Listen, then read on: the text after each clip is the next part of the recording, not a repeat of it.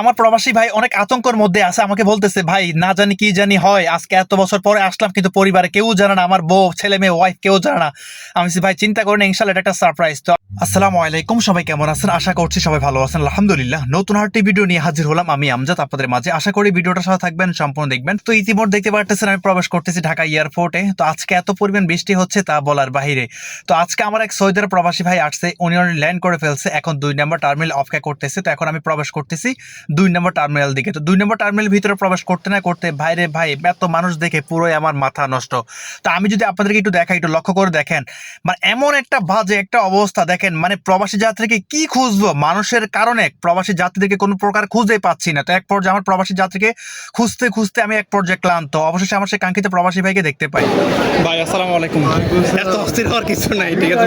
আপনি যেটা পড়ছেন গরম তো না লাগলে আপনি লাগবে, গরম লাগবে না একটু একটা মিনিট দাঁড়ান, আমি একটু।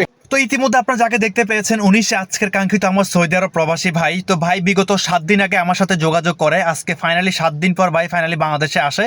তো যেই কথা সেই কাজ, দেখতে পারতেছেন ভাই যে মালগুলো ছিল এগুলো সুন্দর করে নিজ দায়িত্বে এখন গাড়ির ভিতরে সেটিং করতেছিলাম। আর এত পরিমাণ মানুষের ভিড়ে ভাইকে অনেক কষ্ট করে খুঁজে পেয়ে গেলাম। তো যাই হোক, অবশ্যই ভাইয়ের যে মালগুলো ছিল এগুলো সুন্দর করে সেটিং করা শেষ। তো এখন ভাইকে নিয়ে রওনা হয়ে যাও ভাইয়ের গ্রামের বাড়ির উদ্দেশ্যে। টিস্যু আছে তো?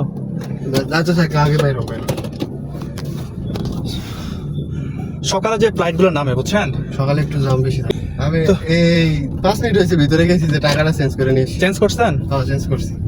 তো কি অবস্থা আপনার ভাই? এই তো ভাই আছি, আল্লাহ রাখছে। শরীরটা খুব অসুস্থ বুঝছেন, এই কারণে এক বছর এখন ঘামাই গেছেন, আর ভিতর যে পরিমাণ মানুষ ভাই বুঝছেন, এই কারণে একটু। তো অবশেষে আলহামদুলিল্লাহ ইতিমধ্যে আমার প্রবাসী ভাইকে রিসিভ করে এখন এয়ারপোর্ট থেকে বের হয়ে গেলাম। আলহামদুলিল্লাহ অবশ্যই আমার সেই কাঙ্ক্ষিত সৌদি আরব প্রবাসী ভাইকে রিসিভ করে এখন রওনা হয়ে গেলাম ভাইয়ের গ্রামের বাড়ির উদ্দেশ্যে। তো ভাইয়ের গ্রাম হচ্ছে বগুড়া সদর। তো যাই হোক, আল্লাহ পাক যদি সহি সালামতে পৌঁছায় আর কি। তো ভিডিওটার সাথে থাকবেন, সম্পূর্ণ দেখবেন যাতে প্রবাসী ভাইটাকে সহি সালামতে নামিয়ে দিতে পারি। আলহামদুলিল্লাহ অবশেষে সেই ঢাকা এয়ারপোর্ট, ঢাকা শহর পার হয়ে এখন চলে আসলাম যমুনা সেতুর কাছাকাছি। তো এখন এই মুহূর্তে আমি আছি যমুনা সেতু টুল প্লাজা। 550 টাকা টোল পে করে ছোটা শুরু করব সেতুর উপর দিয়ে। আসলে ওদিকে গেলে 550 টাকা টোল পে করতে হয়, আবার ঢাকা মুভ করার সময় 550 টাকা টোল পে করতে হয়। আসলে টোলটা একটু বেশি, যদি আর একটু কম হতো তাহলে এটা অনেকটাই ভালো হতো। তো কি আর করা যেত, সরকার থেকে নির্ধারিত করা। তো দেখতে পাচ্ছেন এখন সেতুর উপর দিয়ে মুভ করতেছি। তো আল্লাহ করে এখন চলে আসলাম সিরাজগঞ্জ গোল চত্বর, দেখতে পাচ্ছেন পার হচ্ছি। আর রাস্তাঘাট এতটাই ফ্রি যা ভাষায় প্রকাশ করা যাবে না। বিগত 2 থেকে 3 বছর আগে এই বগুড়া হাইওয়ে এত পরিমাণ বাজে ছিল আর এত পরিমাণ খারাপ ছিল, কোনো প্রকারের গাড়ি ড্রাইভ করতে অনেকটাই কষ্ট হয়ে যেত। আর এখন ঢাকা থেকে রংপুর, গাইবান্ধা, উত্তরবঙ্গে যেতে খুবই আরামসে গাড়ি ড্রাইভ করা যায়। তো অবশেষে আলহামদুলিল্লাহ আমরা চলে আসলাম বগুড়া সদরে। এই মুহূর্তে আমি যেখানে আছি এটা হচ্ছে বনানী, মানে বগুড়া একটা অংশের নাম বলে। তো আমার প্রবাসী ভাইয়ের বাসাও পড়ছে ঠিক বগুড়া সদরের ভিতরেই। আপনার ছেলে? তো প্রবাসী ভাই খুবই এক্সাইটেড যে আসলে অনেকদিন পর দেশে আসছে কাউকে কিছু না বলে। ঠিক আছে, তো দেখা যাক শেষ পর্যন্ত কি হয়। ঠিক আছে, এই যে প্রবাসী ভাইয়ের অলরেডি আমরা বগুড়া সদর চলে আসছি। এটা হচ্ছে প্রবাসী ভাইয়ের বাড়িতে চলে আসছি আমরা আলহামদুলিল্লাহ।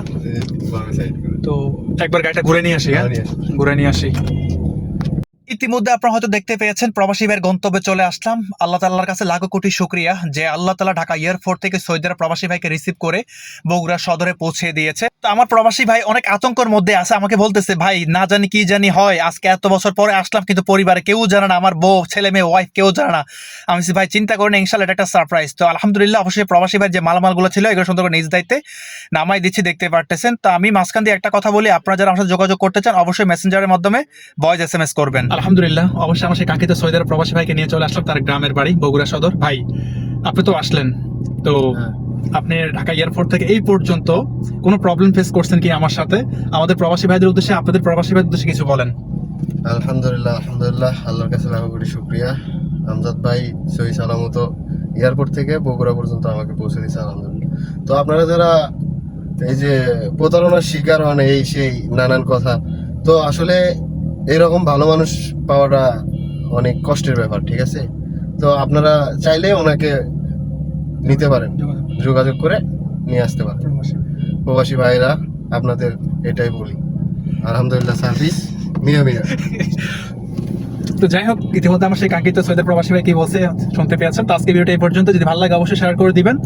ভাই আপনারা আমার ভিডিওটা শেয়ার করে দিলে অন্যান্য প্রবাসী ভাই তারা উপকৃত হবে। তো আর যারা ইউটিউব থেকে দেখছেন অবশ্যই চ্যানেলটি সাবস্ক্রাইব করে দিবেন। সকাল ভালো থাকবেন, আসসালামু আলাইকুম। আমি আবার যোগাযোগ করবো, আমার কোনো লোকজন আসলো আমি ইনশাআল্লাহ ভাই ইনশাআল্লাহ দোয়া রাখলাম। ঠিক আছে ভাই, দোয়া রাখবেন। আসসালামু আলাইকুম।